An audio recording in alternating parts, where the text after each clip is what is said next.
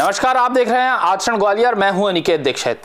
आज की खबर जो पर्यावरण संरक्षण और रचनात्मक का अनूठा संगम है। 9 जुलाई 2025 को ग्वालियर के बाल भवन में शहर की महापौर श्रीमती शोभा सिकरवार ने एक खास वृक्षारोपण अभियान चलाया। इस अभियान की खासियत थी कि कबाड़ हो चुके ड्रमों का उपयोग किया गया पेड़ लगाने के लिए, जिन्हें बच्चों ने अपनी रंग बिरंगी चित्रकारी से सजाया था।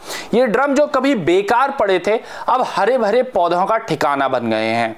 ये पहल न केवल पर्यावरण के प्रति जागरूकता फैलाती है, बल्कि बच्चों की रचनात्मकता को भी प्रोत्साहित करती है। महापौर ने इस मौके पर क्या कहा, चलिए आपको सुनाते हैं।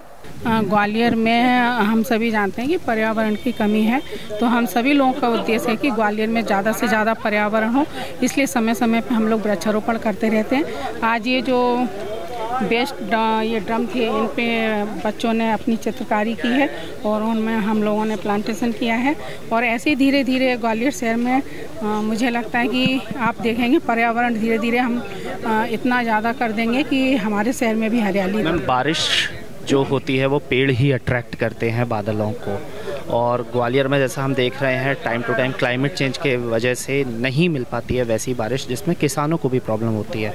आपको ऐसा लगता है कि इसमें हर क्लास, मैं नहीं बोल रहा कि सिर्फ मिडिल क्लास या अपर क्लास या अपर मिडिल क्लास, इसमें किसानों से लेके लेबर से लेके और एक PhD होल्डर तक, राजनेताओं तक सबको आना चाहिए। कम से कम 10 पेड़ तो कम से कम अपने जीवन में ऐसे लगाना चाहिए, जिससे हमारा ग्वालियर ब्यूटिफिकेशन में तो कम से कम कहीं किसी जगह पे खड़ा हो पाए।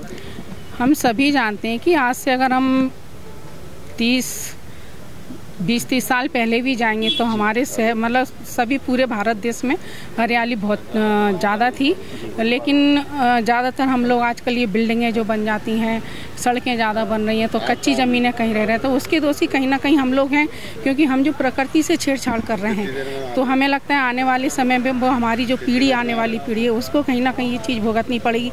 हमने, क्योंकि हम सभी लोग जानते हैं कि कोरोना जैसी महामारी से हम लोग जूझे हैं, उस समय हमें ऑक्सीजन की ज़रूरत पड़ रही थी। आज हमारा पर्यावरण, हमारे वृक्ष जो हैं अगर होते, मुझे लगता है इतनी शायद परेशानी नहीं आती, क्योंकि हम जो लोग अभी वृक्षारोपण कर रहे हैं, जो हमारे पुराने वृक्ष हैं जैसे बरगद है, पीपल है, जामुन है, बेर के पेड़ हैं, नीम है, जिनसे हमें ऑक्सीजन मिलती है, वो पेड़ हम कहीं ना कहीं बिल्कुल गायब करते जा रहे हैं जी। तो मुझे लगता है कि ऐसे पेड़ गायब नहीं करना चाहिए, और हमें पेड़ों की जो जनसंख्या है, 10 पेड़ नहीं, मैं तो कहती हूँ 5 पेड़ भी अगर हर नागरिक लगाएगा, उनकी देखभाल एक बच्चे की तरह करनी पड़ती है। जब हम उस पेड़ को पनपते हुए देखते हैं तो हमें भी खुशी होती है, क्योंकि हम जानते हैं जब कभी हमारा मन उदास हो और आप कहीं किसी गार्डन में या किसी पेड़ के नीचे बैठिए, देखिए आपको कितना सुकून मिलता है। तो मुझे लगता है दोषी हम ही लोग हैं, और जो शहर में जो कह रहे हैं ना धीरे धीरे ये तापमान में वृद्धि हो रही है, उसका कारण ही पर्यावरण है। तो मुझे लगता है हर आदमी को वृक्ष लगाने चाहिए, जिससे हमारे शहरों में बारिश अच्छी होगी, और बारिश अच्छी होगी तो मुझे लगता है हमारे जो किसान भाई हैं उनके चेहरे पे भी मुस्कान आएगी। तो सभी लोगों से मेरा अनुरोध है कि ज़्यादा से ज़्यादा पेड़ लगाएं, और जैसे मल्टियाँ या हॉस्पिटल भी बनते हैं तो उनमें भी मैं सभी लोगों से कहना चाहती हूँ कि उसमें कम से कम आप नीम और पीपल के पेड़ तो लगाएं, कि जिससे वहाँ पर आने जाने वाले लोगों को शुद्ध और स्वच्छ हवा मिले और ऑक्सीजन की कमी ना हो। तो ये थे अभी तक की एक बड़ी खबर। मैं जल्द मिलूंगा आपसे एक नई खबर के साथ, तब तक जुड़े रहे आचरण ग्वालियर के साथ। नमस्कार। देश दुनिया की सभी खबरें देखने के लिए जुड़े रहिए आचरण न्यूज से। आचरण न्यूज, हर कदम आपके साथ।